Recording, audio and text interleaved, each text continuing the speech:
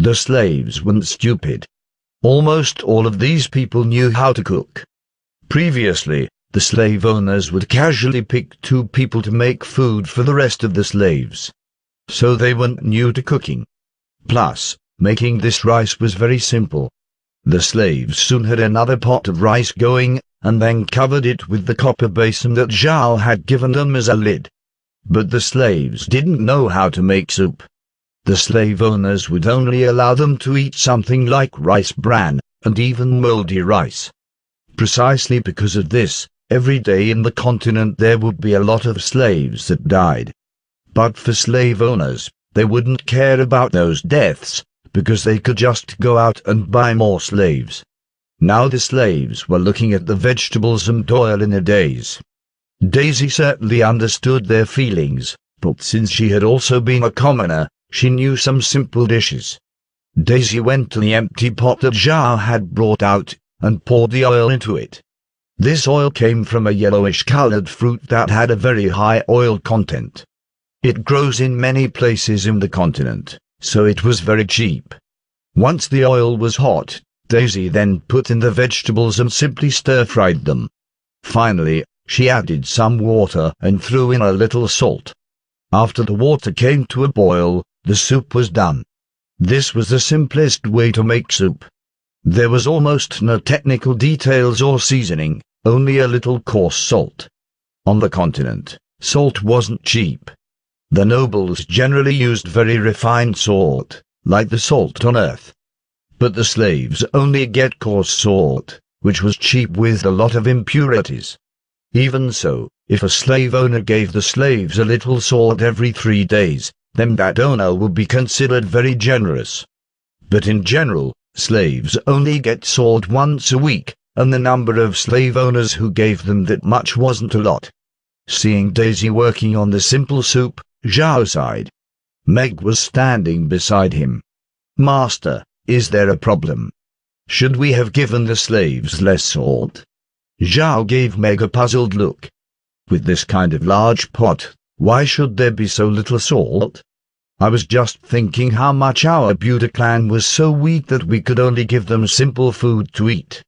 After we have money, we should let them eat meat." The moment he finished speaking, he felt the eyes of everyone staring at him. He was confused, so he whispered to Meg, "Did I say something wrong?" Meg looked at Zhao. Although the Buda clan had slaves, before they were exiled by the empire, Adam had never come into contact with the slaves. Naturally, he didn't know what kind of life they lived. So she whispered to him to explain about the slaves' living conditions. Zhao was listening like a newborn learning about this world. His ideas about how these people lived were so far away from Meg's. It was like something out of the olden days, like in the White-Haired Girl opera. It was difficult to resonate with because he didn't have the same kind of experiences. How could he understand it when he didn't have any personal experience to compare with? Everyone waited until Meg finished explaining. Zhao then turned and looked at the slaves, his eyes full of sympathy. He sighed and said, "Rest assured, I will do whatever it takes. Sooner or later, I'll let you eat meat every day. This I swear on the name of the Buda clan." Zhao was a good person. Even though, in his past life, he was a timid person that didn't have much interpersonal skills, that didn't mean he was sick. He was just an otaku that couldn't understand the darkness of the world, so he chose to shut himself off. He was that kind of person.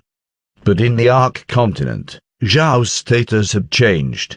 He was now a noble with his own territory. He had 100 slaves whose lives he was responsible for. His words and actions would decide the life and death of these people. All of this gave Zhao a sense of responsibility. He believed that it was his duty to give everyone a better life, so he was bent on developing his territory. The slaves excitedly fell to their knees. Like a sea, they all bowed down as one. "Master rewards us." Although they had nothing to give back, this sentence was enough for Zhao. The nobles on the continent had a strange tradition. They do not easily swear. Even under normal circumstances, they would never use their family name to swear, because swearing would put you under oath before God and on behalf of your family. An oath was a promise that you should never violate. It was because of this that the slaves believed in Zhao's words. They believed that since he said an oath under his family name, that he would one day realize this dream of eating meat every day. Meg opened her mouth, but she didn't say anything. For the past few days she had been managing the slaves, so, to be honest, she was very sympathetic to them. She didn't object to Zhao's words. Just then, Marin's voice came from a distance. "Master, it's time to eat." Zhao turned around and nodded in her direction, then he looked back at the crowd. "Meg, Daisy, Anne, it's time for dinner." Daisy and Anne wanted to stay here and eat, but Zhao's look told them that they would be going along with him to the hut, followed by Blockhead and Rockhead. The moment they went into the hut, the slaves became more relaxed. Although Zhao had been very good to them, but for the slaves, Zhao was their master, so they felt uncomfortable with him around. Inside the hut, Marin had already made some pancakes and soup.